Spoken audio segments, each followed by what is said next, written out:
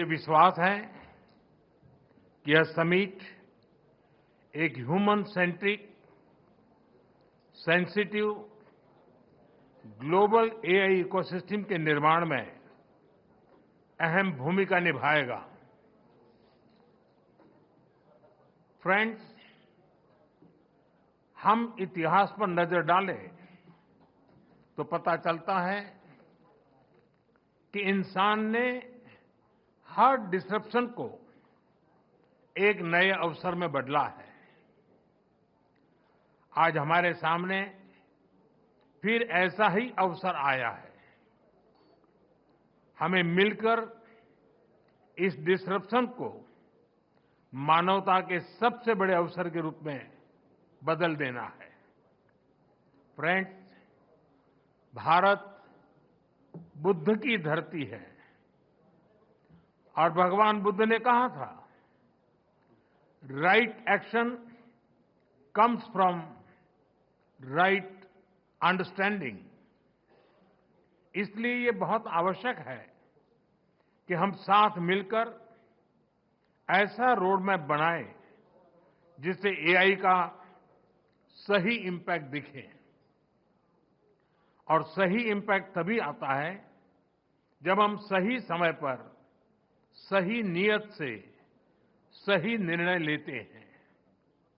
Friends, Covid global pandemic के समय दुनिया ने देखा है कि जब हम एक दूसरे के साथ खड़े होते हैं तो असंभव भी संभव हो जाता है।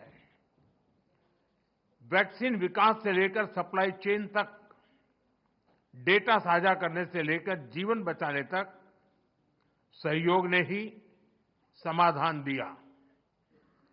टेक्नोलॉजी कैसे मानवता की सेवा का माध्यम बन सकता है, ये हमने भारत में कोविड काल में देखा है। हमारा जो डिजिटल वैक्सीनेशन प्लेटफॉर्म था, उसने करोड़ों लोगों को समय पर वैक्सीनेट कराने में बहुत मदद की। हमारे यूपीआई ने उन मुश्किल परिस्थितियों में भी ये सुनिश्चित किया कि लोग आसानी से ऑनलाइन ट्रांजैक्शन करते रहें। यूपीआई ने भारत में डिजिटल डिवाइड को दूर करने में भी बहुत बड़ी भूमिका निभाई है। बीते वर्षों में भारत ने एक वाइब्रेंट डिजिटल पब्लिक इंफ्रास्ट्रक्चर बनाया है। हम इसे दुनिया के साथ भी शेयर कर रहे हैं, क्योंकि हमारे लिए टेक्नोलॉजी पावर का नहीं बल्कि सेवा का माध्यम है। पावर नहीं, एम्पावर करना। एआई की दिशा भी ऐसी होनी चाहिए जिससे पूरी मानवता का कल्याण हो। फ्रेंड्स, अतीत में टेक्नोलॉजी ने डिवीजन क्रिएट किए, लेकिन वर्तमान में एआई टेक्नोलॉजी सबके लिए सुलभ हो, सबकी पहुंच में हो, ये हमारा लक्ष्य होना चाहिए। इसलिए आज जब हम एआई के फ्यूचर पर चर्चा कर रहे हैं तो हमें ग्लोबल साउथ की आकांक्षाओं और प्राथमिकताओं को भी एआई गवर्नेंस के केंद्र में रखना होगा। एक्सेलेंसी, युग चाहे कोई भी रहा हो, एथिक्स हमेशा ही चर्चा के केंद्र में रहा है। अंतर बस इतना आया है कि पहले अनएथिकल बिहेवियर का दायरा बहुत छोटा होता था, लेकिन एआई में इसका दायरा असीमित है, अनलिमिटेड है। इसलिए एआई के लिए हमें एथिकल बिहेवियर और नॉर्म्स का दायरा भी असीमित बनाना होगा। एआई कंपनियों के सामने बहुत बड़ी जिम्मेदारी है। प्रॉफिट के साथ साथ पर्पज पर भी फोकस हो, ऐसे एथिकल कमिटमेंट की बहुत आवश्यकता है।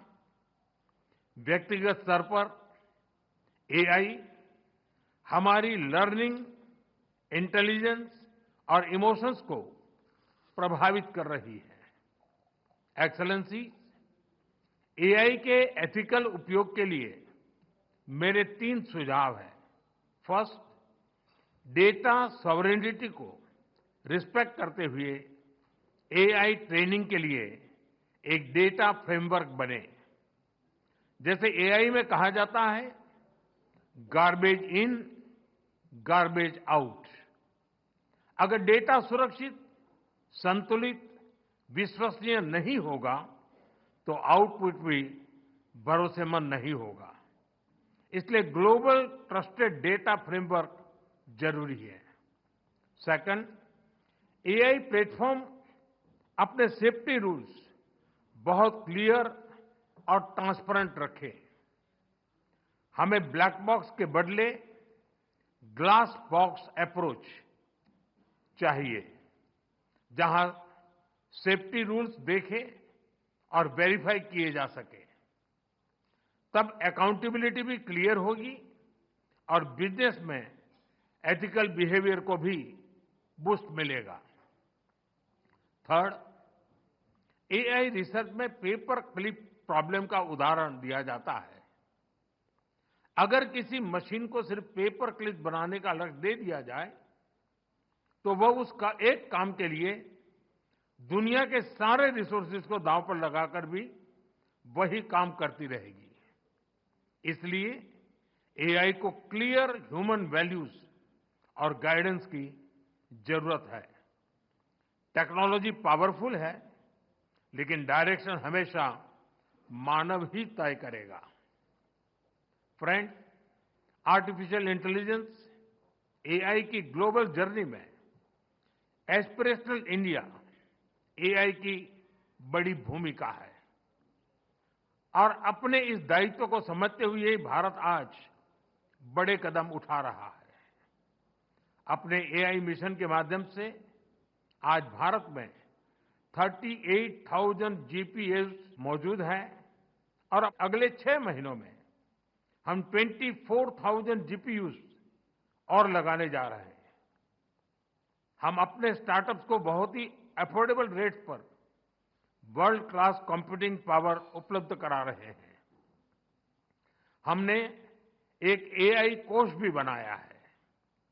इसके माध्यम से 7,500 से अधिक डेटा सेट्स और 270 एआई मॉडल्स को नेशनल रिसोर्स के रूप में शेयर किया गया है। फ्रेंड्स, एआई को लेकर भारत की दिशा स्पष्ट है, भारत का विचार स्पष्ट है। एआई पूरी मानवता की भलाई के लिए एक शेयर्ड रिसोर्स है। हमें मिलकर ऐसा एआई फ्यूचर बनाना होगा जो इनोवेशन को आगे बढ़ाए, इंक्लूजन को मजबूत करे और ह्यूमन वैल्यूज का समावेश करके आगे बढ़े। जब टेक्नोलॉजी और ह्यूमन ट्रस्ट साथ साथ चलेंगे तो एआई का सही इंपैक्ट दुनिया पर दिखेगा।